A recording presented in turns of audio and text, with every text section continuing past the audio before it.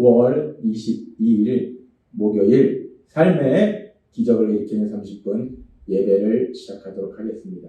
하나님께서 오늘 우리에게 주신 말씀은 요한복음 5장 21절에서 25절까지 말씀입니다. 이 말씀 제가 봉독하도록 하겠습니다.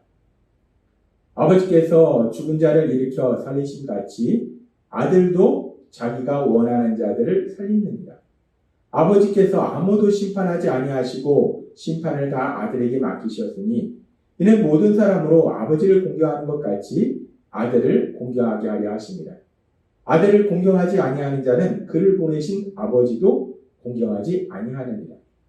내가 진실로 진실로 너희에게 이르노니 내 말을 듣고 또 나보내신 이를 믿는 자는 영생을 얻었고 심판에 이르지 아니하나니 사망에서 생명으로 옮겼느니라. 진실로 진실로 너희에게 이르노니 죽은 자들이 하나님의 아들의 음성을 들을 때가 오나니 곧 이때라. 듣는 자는 살아나리라. 아멘. 오늘 이 시간 하나님께서 우리에게 말씀하실 때 잠시 기도하는 시간 갖도록 하겠습니다. 하나님 아버지 감사합니다. 오늘도 저희를 사랑하셔서 저희를 만나주시고 저희에게 말씀해 주시니 감사합니다.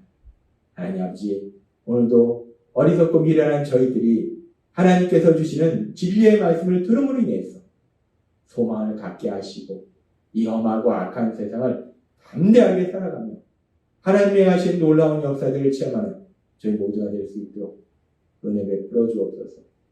예수님의 이름으로 감사하며 기도드리옵나이다. 아멘. 요한복음 5장에는 구원자로 오신 예수님께서 안식일에 병자를 치료하시는 기적을 행하시는 것을 가지고 유대 종교주의자들이 안식일에 아무 일도 하지 말아야 하는데 하나님이 그렇게 말씀하셨는데 왜 하나님의 율법을 어기느냐라고 예수님을 비난하고 정죄할 때 예수님께서 그렇게 사역을 하시는 그 사역의 기준과 또 예수님의 사역의 핵심적인 내용 그리고 예수님이 사역하실 수 있는 그 근거가 무엇인지에 대해서 말씀하셨습니다. 그렇게 예수님께서 자신의 사역에 대해서 말씀하시고 예수님께서 하신 말씀 중에 예수님의 사역의 핵심 내용, 그 사역의 핵심 내용이 무엇인가 그 내용에 대해서 요한복음 5장 21절은 이렇게 말씀하셨어요. 아버지께서 죽은 자를 일으켜 살리신 같이 아들도 자기가 원하는 자들을 살리느니라 라고 말씀합니다. 하나님 아버지께서 죽은 자들을 다시 살리시는 그 부활 사역을 하시듯이 예수님께서도 죽은 자를 다시 살리는 부활시키는 그런 부활 사역을 감당하신다라고 말씀합니다. 그러면서 그렇게 죽은 자를 다시 살리시는 예수님의 사역, 그 사역에 대해서 조금 더 자세히 말씀해 주시는데 요한복음 5장 24절은 이렇게 말씀합니다. 내가 진실로 진실로 너희에게 이르노니 예수님께서 진실로 진실로 너희에게 이르노니 라는 말씀은 내가 아주 중요한 진리를 너희에게 말하는데 라는 말씀이에요. 예수님께서 중요한 진리를 말씀해 주시는 거예요. 어떤 진리를 말씀해 주시는가? 내 말을 듣고 또 나보내신 이를 믿는 자는 영생을 얻었고 라고 말씀합니다. 예수님께서 하시는 말을 듣고 예수님을 보내신 이 그분이 누굽니까? 하나님. 예수님의 말씀을 듣고 하나님을 믿는 자는 영생을 얻었다라고 말씀해요. 이 죽은 자를 살리시는 그 부활의 그 사역을 감당하신다라고 말씀하면서 그 사역에 대해서 조금 더 자세히 말씀하는데 이제 예수님의 말씀을 듣고 하나님을 믿는 자는 영생을 얻는다라고 말씀합니다. 영생이라는 것을 우리가 문자적으로 보면 영원히 사는 거예요. 근데 여기서 말씀하는 영생이라는 것은 단순히 영원한 시간, 그 영원한 시간 동안 사는 걸 의미하는 것이 아니라 이 영생은 아주 중요한 의미를 가지고 있는데 이 영생의 의미에 대해서 예수님께서는 친히 요한복음 17장 3절에서 이렇게 말씀하셨어요. 영생은 곧 유일하신 참 하나님과 그가 보내신 자 예수 그리스도를 아는 것이다 라고 말씀해요. 영생이라는 것은 단순히 시간적으로 영원히 사는 것만을 의미하는 것이 아니라 하나님과 예수님을 아는 것이다. 하나님과 예수님을 안다. 근데 이 말씀을 우리가 헬라어를 통해서 이 성경에 기록된 헬라어를 통해서 조금 더 깊이 살펴보면 여기서 안다는 단어가 중요하다는 거예요. 안다는 단어는 헬라로 기노스코라는 단어를 사용하는데 이것은 단순히 지식적으로 아는 것이 아니라 경험적으로 친밀한 관계 속에서 알아간다는 것. 따라서 하나님과 예수님을 안다는 것은 하나님과 예수님을 책을 통해서 배워서 안다는 것이 아니라 직접 사귐을 통해서 교제를 통해서 안다는 거예요. 이 말씀은 영생이라는 것은 하나님과 그리고 예수님과 친밀한 사랑의 교제의 삶을 사는 것이다 라고 말할 수 있다. 그렇습니다. 영생이라는 것은 하나님과 사랑의 교제의 삶을 사는 거예요. 예수님과 사랑의 교제의 삶을 사는 거예요. 예수님께서 죽은 자를 살리시는 부활 사역을 감당하시는데 그렇게 죽어서 죽었다 살아나는 것이 무엇을 의미하는지를 우리는 이 말씀을 통해서도 알 수 있습니다. 하나님과 사랑의 관계 속에 살아가는 것. 그러면서 예수님께서는 계속해서 비슷한 말씀을 이제 조금 다른 표현으로 또 말씀하시는데 요한복음 5장 25절은 이렇게 말씀합니다. 진실로 진실로 너에게 이르노니 예수님께서 다시 한번 말씀해요. 진짜 중요한 진리를 너에게 말한다라고 말씀한다는 거예요. 예수님은 계속해서 아주 중요한 진리를 말씀하신 거예요. 너무나 중요한 진리를 말씀하시는 거예요. 어떤 진리를 말씀하시는가? 죽은 자들이 하나님의 아들의 음성을 들을 때가 오나니 곧 이때라. 듣는 자는 살아나리라.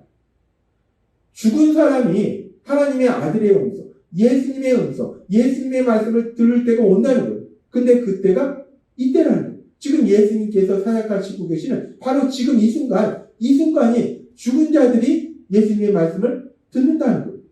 그리고 그렇게 예수님의 말씀을 듣는 자는 살아난다라는 말씀이에요. 이 말씀을 우리가 문자적으로 받아들이면 그 당시에 죽어서 무덤에 있던 사람들이 예수님의 말씀을 듣고 다시 살아난다 라고 생각할 수 있어요. 근데 지금 이 말씀 속에서 죽은 자들이 다시 살아난다. 이 죽은 자들이 다시 살아난다. 죽은 자들이 하나님의 아들의 음성을 듣는다. 죽은 자들이 예수님의 말씀을 듣는다는 것이 무엇을 의미하는가? 이 말씀은 단순히 이 말씀이 육체적으로 죽은 사람들이 다시 살아난다는 의미를 가진 것은 아니라는 거예요.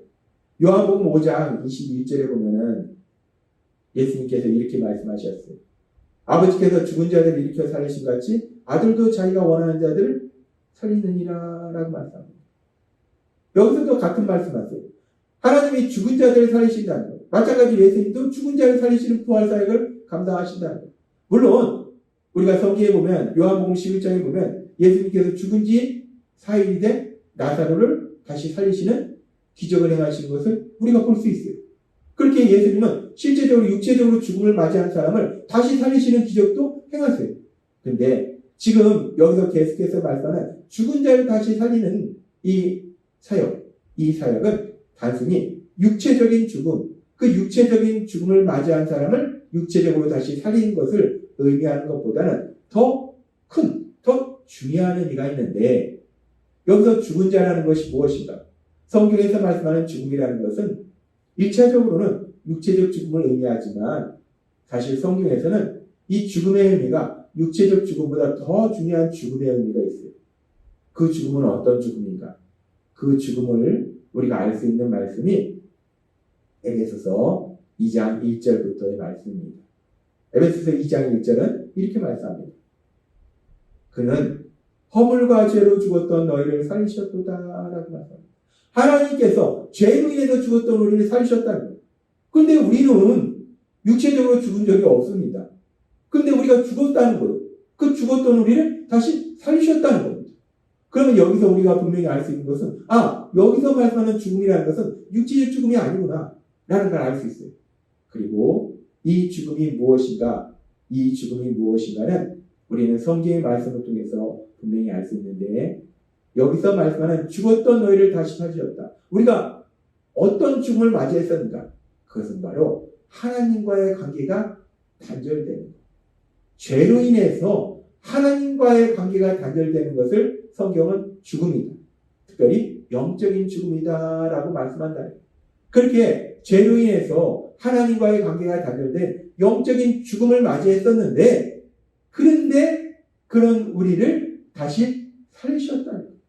그래서 요한복음 5장 25절은 이렇게 말씀하는 거예요. 진실로 진실로 너희에게 이르노니 죽은 자들이 하나님의 아들의 음성을 들을 때가 오나니 곧 이때라. 듣는 자는 살아나리라 라고 말씀합니다. 죽은 자들이 예수님의 말씀을 들으면 살아난다는 것. 영적으로 죽었던 사람들이, 죄로 인해서 하나님과의 관계가 단절됐던 사람들이 이제 하나님이신 예수님의 말씀을 듣고 하나님을 믿으면, 예수님을 믿으면 살아난다는 거예요. 하나님과 사랑의 관계 속에 살아간다는 겁니다. 예수님과 사랑의 관계 속에 살아간다는 거예요. 영생을 얻게 된다는 겁니다. 그렇습니다. 예수님이 하시는 사역 중에 아주 중요한 사역은 죽은 자를 다시 살리는 부활 사역이에요. 구원자로 오신 예수님, 그 예수님은 죽은 자를 다시 살리시는, 영적으로 죽어있는 사람들 영적으로 다시 살리시는 그 부활 사역을 감당하셔서 이 땅에 오셨어요. 그리고 사람이 영적으로 죽는 가장 중요한 원인이 무엇인가? 바로 죄라는 겁니다. 그래서 예수님께서는 사람들을 다시 살리시기 위해서, 그 부활 사역을 감당하시기 위해서 그 죄의 문제를 해결하셔야 되는 거예요. 그래서 예수님께서는 친히 죄를 지은 우리를 대신하여 십자가에서 죽임당하심으로 인해서, 죄의 연고를 대신 받으심으로 인해서 우리의 죄의 문제를 해결해 주셔서, 그래서 우리가 이제 영적으로 죽었던 우리들이 영적으로 다시 살아날 수 있도록, 부활할 수 있도록, 영적인 부활을 맞이할 수 있도록 은혜 베풀어 주신다는 겁니다. 그렇습니다. 우리 예수님, 구원자로 오신 예수님은 죄로 인해서 죽었던 우리들을 십자가 죽으심과 부활하심을 통해서 다시 살아나도록, 영적으로 살아나도록, 그래서 하나님과 관계가 단절되었던 우리들이 하나님과 사랑의 관계 속에 살아가도록 도와주시는, 만들어주시는 놀라운 역사를 이루신다. 예수님의 사역의 가장 중요한 것은 죽은 자를 다시 살리시는 부활 사역이시라는 거예요.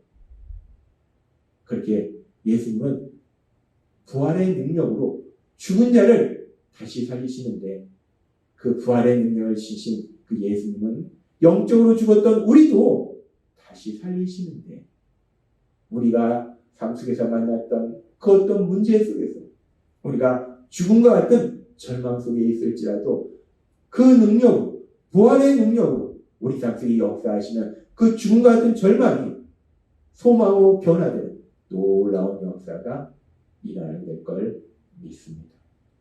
그렇습니다.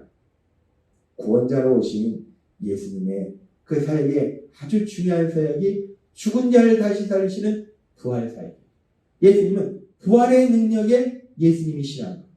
그 예수님이 우리를 사랑하시고 우리가 그 예수님을 믿을 때, 그 예수님이 우리와 함께 하실 때 우리 삶 속에 어떤 일을 만날지라도, 비록 그 일들로 인해서 우리가 슬퍼하고 절망하고 죽음과 같은 순간을 맞이할지라도 부활의 능력에 그 예수님께서 능력으로 역사하셔서 우리를 다시 부활시키실 때 우리의 그 절망이 소망으로 바뀌는, 더 나아가서 하나님이신 놀라운 복으로 변화되는 은혜를 체험하게 될 걸 믿습니다.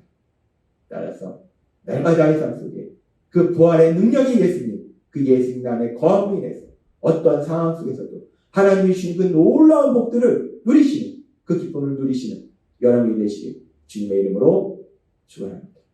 기도하겠습니다. 하나님 아버지 감사합니다. 오늘도 주신 말씀처럼 우리 예수님은 죽은 자를 다시 살리시는 부활의 능력의 예수님이심을 믿습니다. 그 예수님 안에 거할 때 우리의 삶 속에 그 어떤 일들도 부활의 능력의 예수님이 역사하시는 데서 하나님 주시는 놀라운 기쁨으로 변화되는 은혜를 체험하게 될 걸 믿습니다. 언제나 우리를 사랑하셔서 부활의 능력으로 역사하시는 그 예수님의 은혜에 감사드립니다. 예수님의 이름으로 감사하며 기도드리옵나이다. 아멘. 이 시간도 하나님께서 우리 주신 말씀을 묵상하면서 조용히 기도하는 시간 갖도록 하겠습니다.